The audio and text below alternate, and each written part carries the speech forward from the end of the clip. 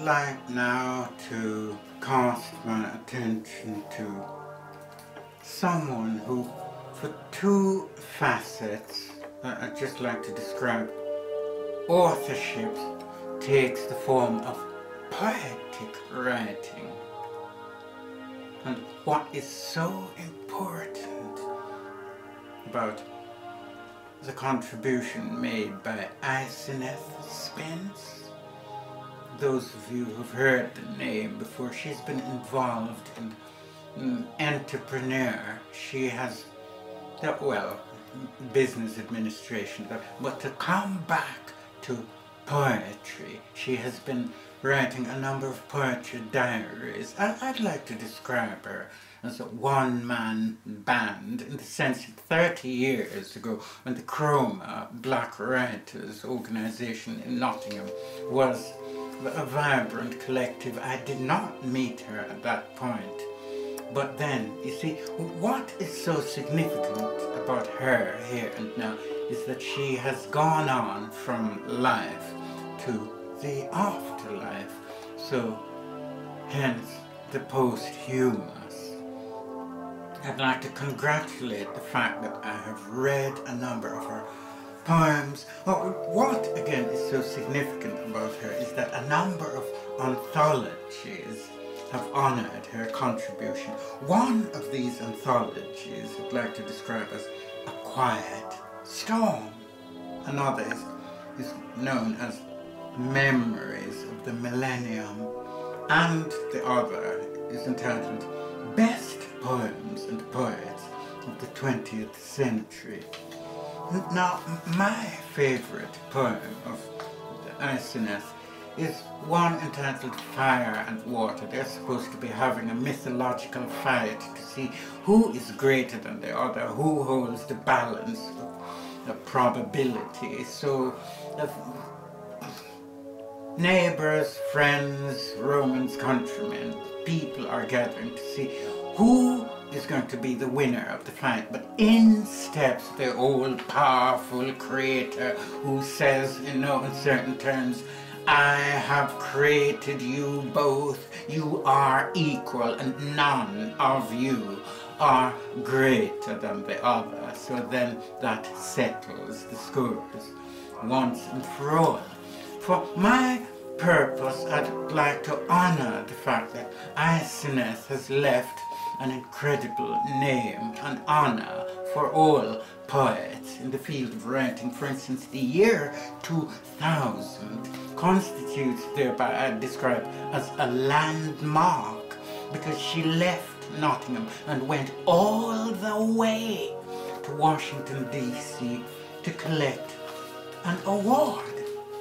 And that award is to do with a particular poem. It's in two parts, part one and part two, entitled Nature's, get this right, Nature's Wonders. Now the moral of that poem, which earned so much respect at that point, is that, alright, disasters, fires, earthquakes, thunder and lightning and tsunami, all of these things in this ordinary life may come threaten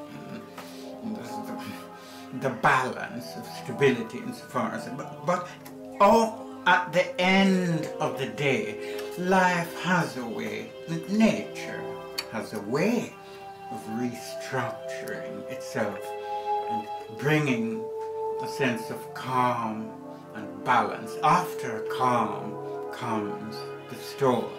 And, you know, because of this sense of the dramatic, she is poetic in the sense of the drama just does not end there. We've got a character here called Claire Spence. Who is Claire Spence? Indeed, one might well ask, why are we here?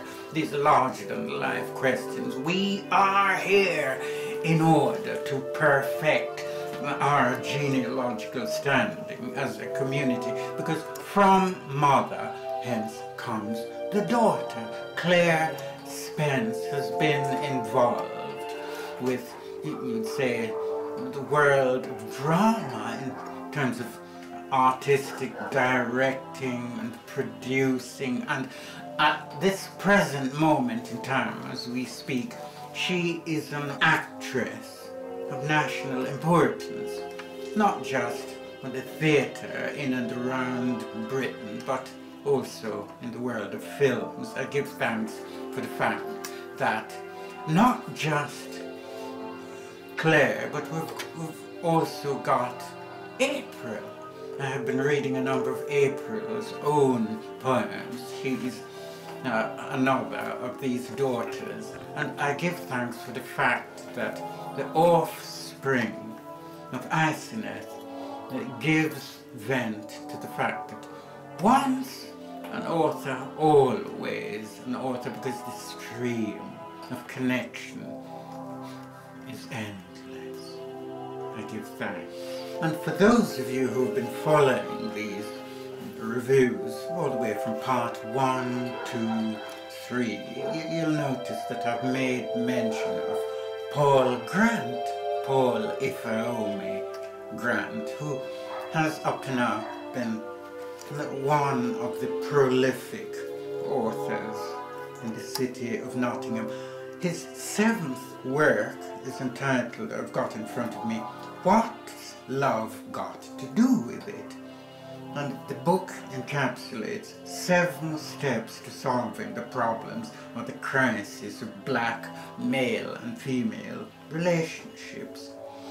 Now, for more on this, I would not like to let the cat out of the bag. Anyone wishing to visit Paul's website, his website, houseofknowledge.org.uk, will substantiate a reason for you to go through all 7 of his books. But this book, number 7, I understand, is a cracker. It is the latest, and it can be made available to you if you visit his website. Now, in terms of recapping, I'd just like to look now at Pania Banjoko, because I mentioned her name at the beginning of part 4. What is so significant of her own contribution over the years in the city? She has been, you'd say, a strong adherent of Africa-centered knowledge and information. So at this time, while we speak, Pania has been initiating the formation of an organization called Nottingham Black Archive. It is one of the newest of Nottingham African Caribbean organizations, and what it does in effect is concentrate on interviews. From such interviews we have photo prints, video clips to do with their life and times and contribution, and all of such contribution will be logged in the memory system, so hence an archive, so that future generations to come, be it 50, 100 or even 1,000 years from now, will be able to see what the output of contribution of West Indians and Africans have been over the years.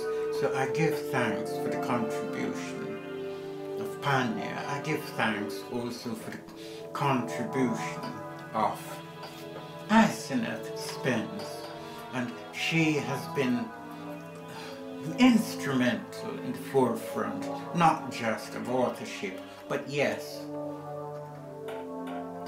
poetic writing. I give thanks for the fact that she has been instrumental in this.